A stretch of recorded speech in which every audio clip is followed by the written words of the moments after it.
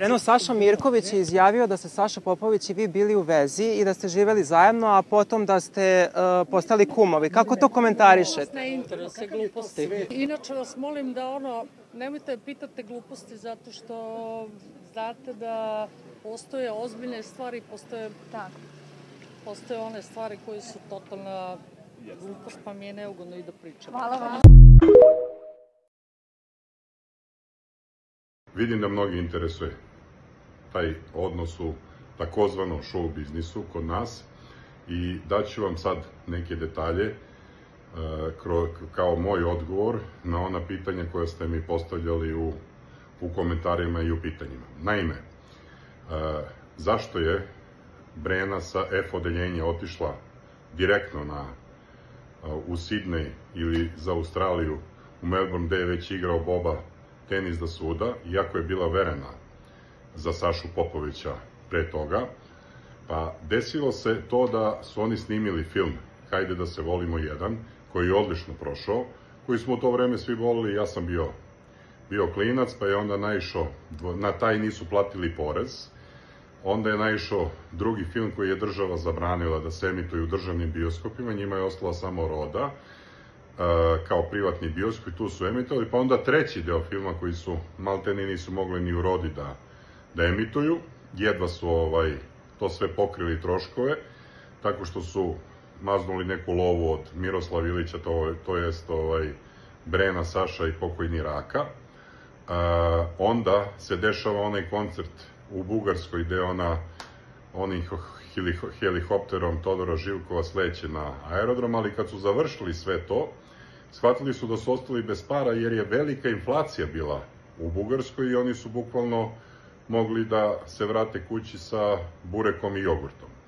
U tom trenutku, naravno, Brena u šizofrenom stanju završava na psihijatriji u Lazi Lazarević, prestaje, valjda se tamo dok se oporavljala, shvatila je da je, pošto je upoznala pre toga Bobu, da je on lak plen i došla je na ideju da ode, tako i rekla Sići, idem da se udam za Sidney, Melbourne ili nebitno gde, u Australiji je uglavnom bila, ima i slika odande.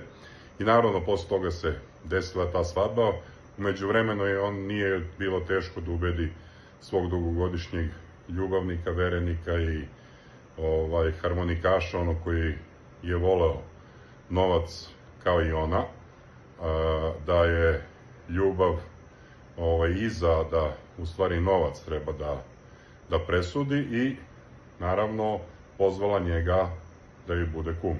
I tako su se okumili i krenuli u pravljenje, onda su prevarili Rakinog brata Ganeta, ugasili ZAM i njih dvoje napravili grand Bobinim parama, samo što Boba tu baš nije ispao skroz naivan, pa je ostao vlasnik 51%.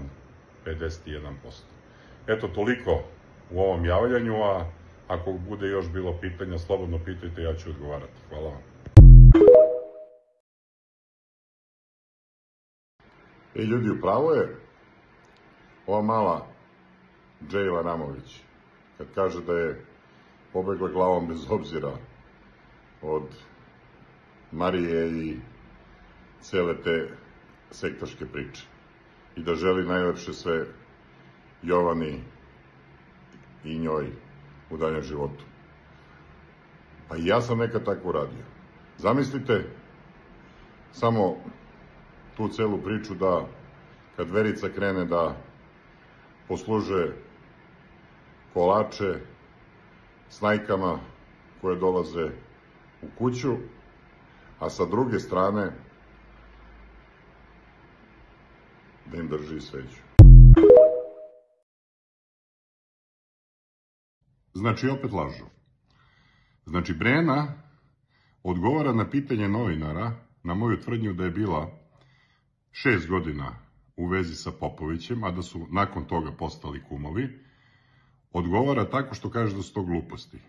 A jesu li gluposti, Breno, to što si bila na F odeljenju, odatle, kad si izašla, pozajmila novac od našeg zajedničkog prijatelja siće i rekla mu idem za Sidnej da se udam. Jesu li to gluposti? Hoćemo li dalje da nastavimo? Nemojte da me vučete za jezik, zato što sve znam o vama. I sram treba da te bude Fahreta, Jelena i sve, ali samo ne Lepa, Breno, za sve ono što ste radili ovoj deci, i ti, i Popović, i vaš prijatelj Mitrović, i ova koja ti je možda nameštala otmicu dece, a sad je zovu, ili sad se zove ona sama srpska majka, to jest alijas srpska maćeha, kako bih ja rekao. Sram vas sve bilo, za sve ovo što ste radili svih ovih godina, a treba da bude sramota i one koji su vam to sve dozvolili.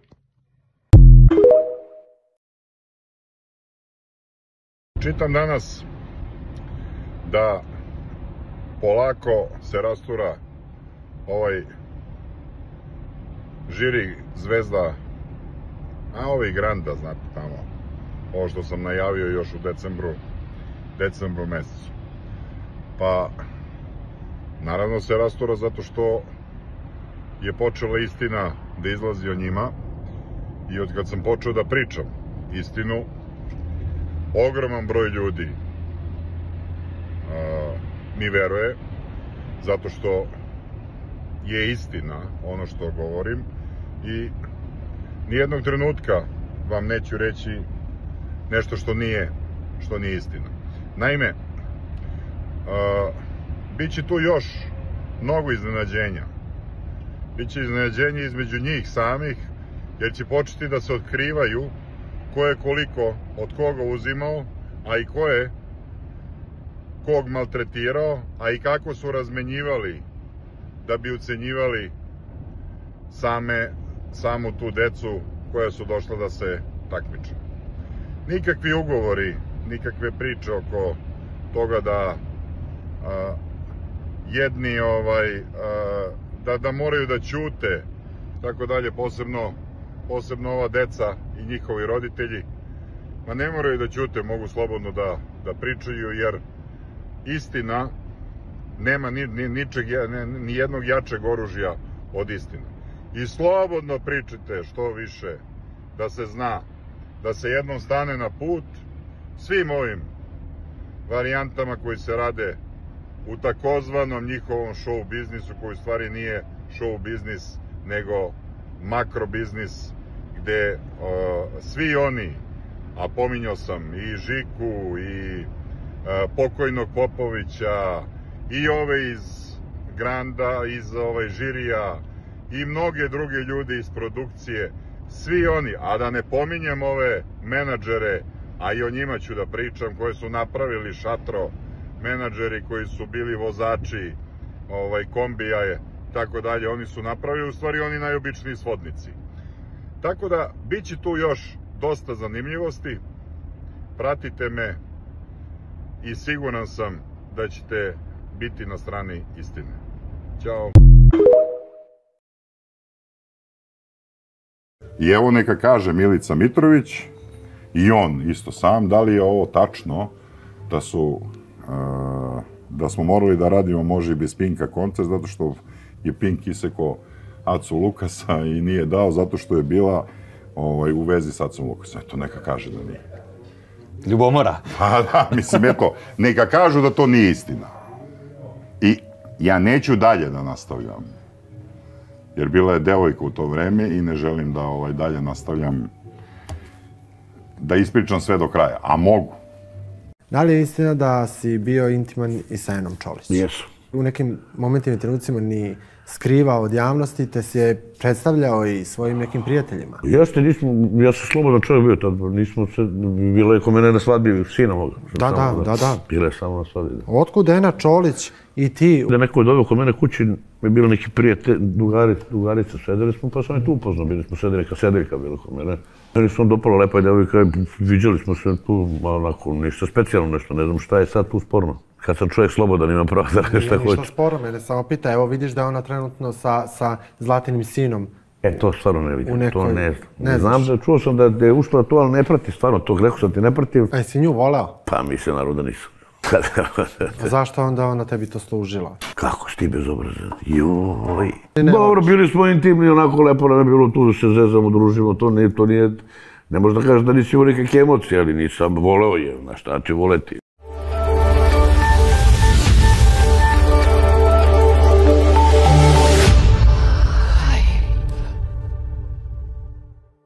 Osnivač i direktor Hype produkcije Saša Mirković u poslednje vreme putem TikToka raskrinkava pojedine ličnosti iz estradno-kriminalnog miljea, a jedna od njih je i Svetlana Ceca Ražnatović.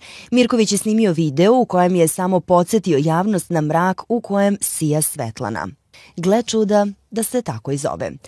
Sad kad pričamo o srpskoj maćehi Ceci, toliko raznoraznih priča kruži o njoj i mogu vam reći da su sve istinite. A jedna od istina je to da se žena koristi svim sredstvima koje su joj dostupna. A to su obično kriminalna sredstva i ona obično sve što zamisli ili hoće da uradi. To radi preko ljudi iz kriminalnog miljea i to svi znaju. Započeo Mirković i zaključio. Ja pozivam sve organe, državne, tajne i javne da se pozabave ovom gospođom. Ona se ipak predstavlja lažno kao srpska maćeha, a u stvari je jedna od najmračnijih osoba koje postoje na našim prostorima.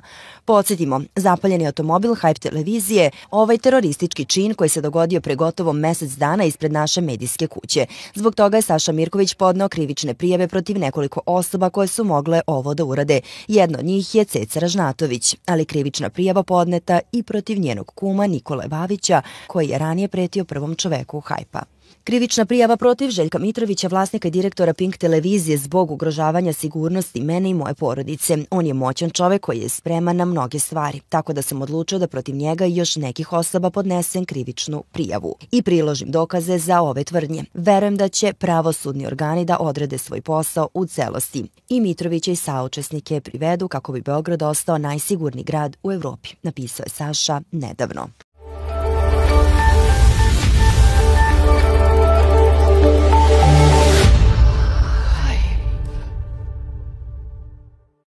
Saša Mirković, vlasnik Hype produkcije, podneo je krivičnu prijavu protiv Željka Mitrovića, vlasnika Pink televizije, zbog ugrožavanja sigurnosti njega i njegove porodice. Mirković je odlučio da prijavi Mitrovića nadležnim organima nakon niza situacija koje su se dogodile u poslednje vreme. Direktor i vlasnik Hype televizije istakao je da se on i njegova porodica, kao i svi zaposleni u njegovom sistemu, osjećaju ugroženo zbog ponašanja kontroverznog biznismena. Saša je danas na svom Instagram nalogu okačio prepiske sa Željkom Mitrovićem, u kojima se jasno vidi količina uvreda i pretnji koje mu Željko šalje. Ovo je dokaz koliko je ovaj čovek opasan po okolinu. Umesto toga što mu je REM izdao dozvolu, njega treba hitno hospitalizovati u ustanovu zatvorenog tipa. Jer, osim što koristi kokain u velikim količinama, on je i nasilan i nikada se ne zna šta može da uradi ili naruči preko svojih veza u podzemlju. Zahtevamo hitnu reakciju svih državnih organa na privođenje Željka Mitrovića i njegovih hordi zla. Zbog ugrožavanja sigurnosti moje porodice i mene, kao i izvršilaca terorističkog akta nad Hype, napisao je Saša u svojoj objavi. Zaposleni u Hype televiziji i produkciji pružili su podršku Saši Mirkoviću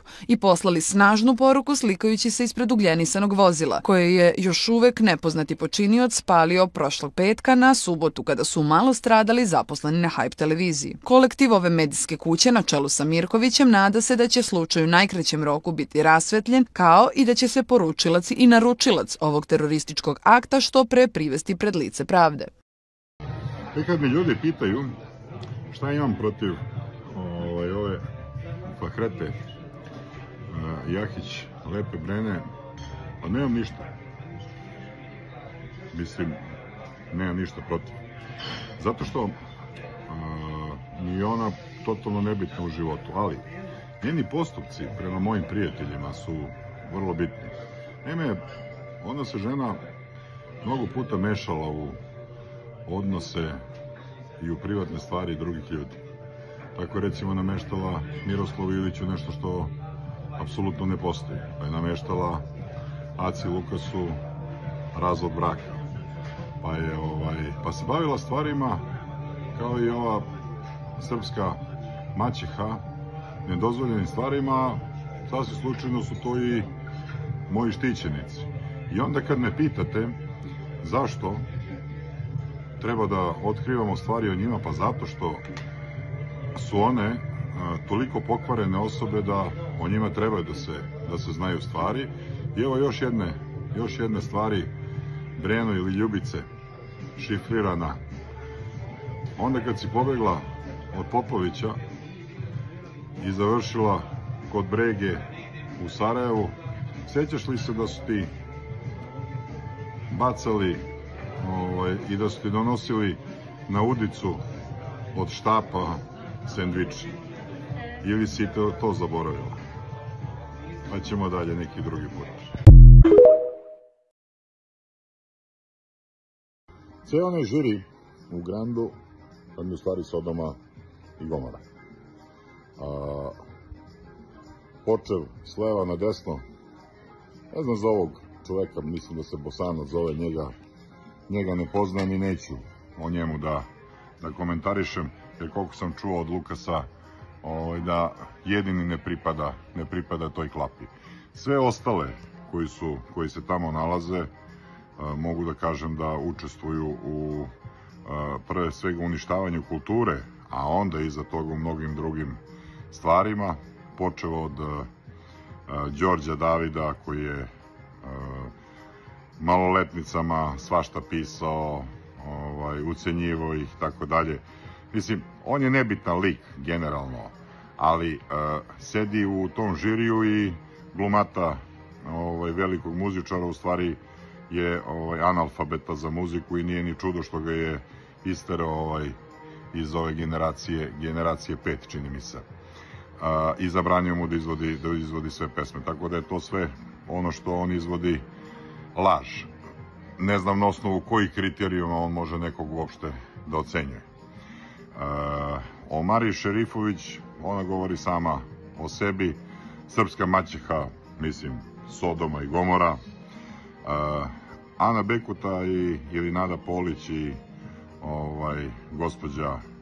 gospođa Snežana Đurišić, mislim da mole Boga svaki dan samo da ne počnem da pričam stvarno ono što znam o njima. Ali očekujte me brzo. Ćao!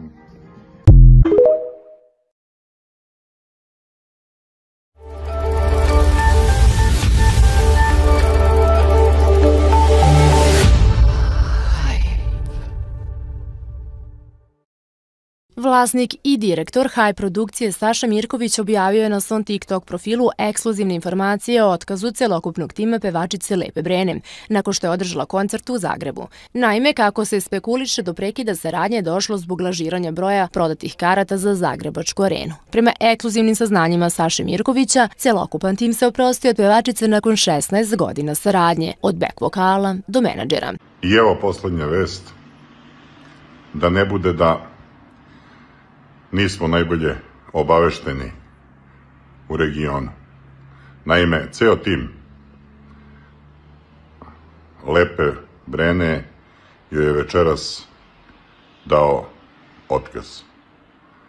Od back vokala, muzičara, menadžera i svih ostalih članova ekipe joj se zahvalio na 16-godišnjoj saradnji. Tako da je to još jedan od dokaza da ovo sve što sam pričao, da sam u pravu i da je istina. Ko ne veruje, vidjet će sutra. Ćao.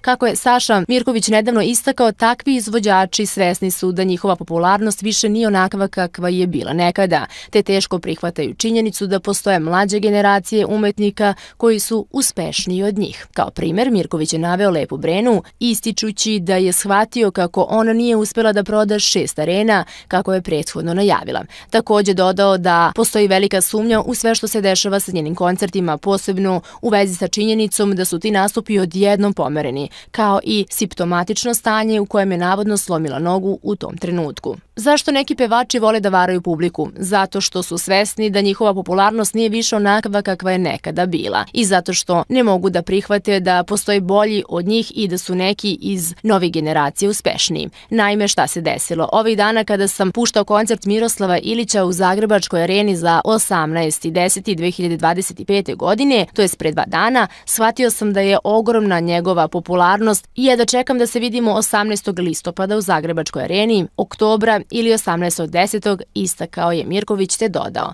Tada sam shvatio da u stvari Brena nije ni prodala 6 arena kako je najavila, nego mnogo manje. I odjedanput se koncerti pomeraju za neko drugo vreme. Zato se dovodi u pitanje i to da li je slomila nogu tada ili je publika prevarena. Razmislite, zaključio je Saša Mirković.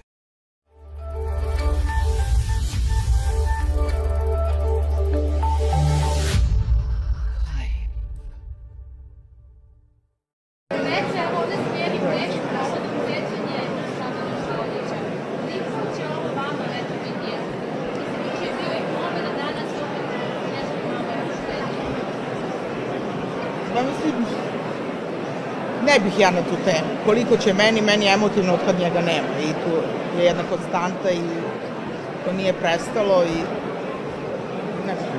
Kakva su vaša sećanja na Šabana? Sećanja? Da. Kako ga pamtite? Ja još uvek nemam sećanja. Ja još uvek mislim da je on tu i da, jer on se toliko sluša gde uključite radio stanicu ili negde iz kola čujete. On je najpevaniji pevač i najveći broj hitova ima, koje ja mislim da večeras da su mogli, to bi bio jedan jam session da je ujutru. I opet se ne bi ispevalo sve ono što je njegov opus, što je njegovo stvaralaštvo, tako da. U kojim situacijama vam Šaban najviše nedostaje? Meni sedeljke. Da, njemu u sedeljkama, ja sam neko ko sa njim nije imao na tu temu da mi tako nedostaje, ali mi nedostaje kao pojava koja, kad on počne da peva, a pogledaš u njega, pogledaš to jedno nežno biće iz koga izlazi jedan glas koji je vanvremenski za sva vremena, dok traje i sveta i veka. I ja sam tu pristrasna kad je on u pitanju i to je jedino što mi govori da u stvari njega više nema. A kada neko kaže Šaban Šaulić, koja je prva anegdota neka sa njima padne na pamet? Nas dvoje smo, pa pazite, da, kad je dobio sina, znači mislim kuma je insistirala na tome, ja mislim da je rodila još 5 ćerki, ona bi terala sve do sina. Tako da u to vreme kad se rodio Mihajlo nije bilo ultrazvuka, sad vidite vi da li je muško ili žensko, nego su babe sekle makaze na onoj, kako već ono stavljaju u vatru, pa ne znam, ideš tamo pa gledaju, pa sedni na makaze, pa sedni na... i tako. Ali, mi smo imali koncert, to je jedini put u životu, u 50-godišnjoj mojoj karijeri, da ja nisam došla na koncert. Ja sam neko ko je, surovi profesionalac, što većina nas kaže za sebe, ali smo mi putovali, to su bile velike turneje i došli smo u Livade, u Čačak i niko se nije nadao, ni tada nisi znao tačno termin i satnicu kada će se neko poroditi, tako da mi smo bili na turneji i stigla je ta lepa vest, bili smo u Livadama motel, u Čačku na ručku i da je kuma rodila sina i mi nismo otišli do sutra dan odatle.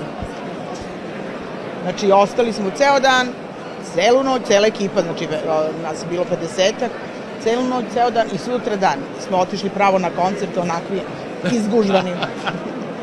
Tako da, to je ona anegdota koje se prvo setim. Koliko je teško, koliko je fascinantno zapravo da neko bude vrhunski pevač i da ima tako jednu fantastičnu karijeru, koliko je to sve teško život napraviti uopšte. Da gledaju svi moje O njemu pričamo? Da. O Šabanu? Da. Znate šta je? Ja sam rekla da sam pristrasna i ja bih ovako rekla. Šaban Šaulić i svi mi na drugoj strani. I tu nema poređenja. I tu nikad neće niko da se rodi. Kao on. Svi mogu da pokušavaju, mogu da vole. Ja sam neko koji, recimo, svoje vremeno su postale te liste godišnje, pevač, pevačica, tako da su oni svi znali već posle nekih 10-15 godina da ja nikada neću reći neko drugo ime, osim Šabana Šabana. I za mene Šaban i mi svi na drugoj strani. A uspio da bude i Bojan u studiju? Pa tu se nismo slagali opšte, ja sam neko ko opšte ne pije. I reći ću vam još jednu anegdotu, on se ljutio na mene, kaže, bre, kumo, bre, ti dođeš, pa ne možeš da ostaneš, kaže, ni malo, majku mu, znaš, kao, ti odmah ideš, pa rekao, slušam vas pijane, da ne kažem šta, i slušam, vi okrećete, to sve bude ona kaseta, pa ispočetka, pa ispočetka. I odlazimo mi na slavu njihovu jedne godine i ja kažem ovako, ma sad ću da ostanem, ma neću da idem, ostaću da vidim. Znači, mi smo došli negde oko 8 uveče, oko 11, još sam bila onako sveža oću, oko 3, oni uopšte mene nisu primetili da sam ja tu, oko pola 8 ujutru, ja kažem, ustajem, i oni, gde ćeš? Preko doplo vas pozdravljam, idem kući, jer vi znate da sam ja od sinoć od 8 ovde, nemoj da pričaš. Oni nisu jednu rečenicu sa mnom razmetili. Ja sam otišla kući, a Miroljub je sutra uveče se vratio kući. Znači, a oni su ostali još. A oni su ostali još toliko. Meni je jedino žao što to naše druženje, muzičko druženje, nije neko snimao to jer to je, tad se on je u pravom svetu kao pevač. I to je jedno nešto najlepše detalje koje mislim u životu nikad, samo znaju ljudi koji su bili tu. Ali to je neizmerno poštovanje. Znate da smo mi znali njega i Vidu Pavlović, da sedimo, da slušamo kao đaci u školi, da niko nema neku priču, da nema tu kakvih, mobili nisu ni postojali, ali to je bila privilegija da slušaš takvo jedno izvođenje, jednu interpretaciju u 4 ujutru, u 8 ujutru, u 12, posle 50 sati pevanja. I alkohola, i cigareta. Jeste. I pušuje, brate, pušuje u sve pare. Moram vas pitati za kraj, da li ste ispratili gostovanje bivše snajke Vanje Tutić? Da li negde kako to komentarišete? Da li ste ispratili Vanjino gostovanje u emisiji Pretres? Da li imate neki komentar? Lično za vas, o svojoj bivšoj snaji, sve najlepše ću reći. Ona je rodila 2 zlatne jabuke, meni 2 unučadi i poštovanje od mene i kapa dole do kraja života. Šaban je pevao mnogim ženama. Samo Zoricu nije. Da, nije. Evo sam u kuma, pa nije mogao nikakvu inspiraciju da dobije što se toga tiče. Da. Hvala vam.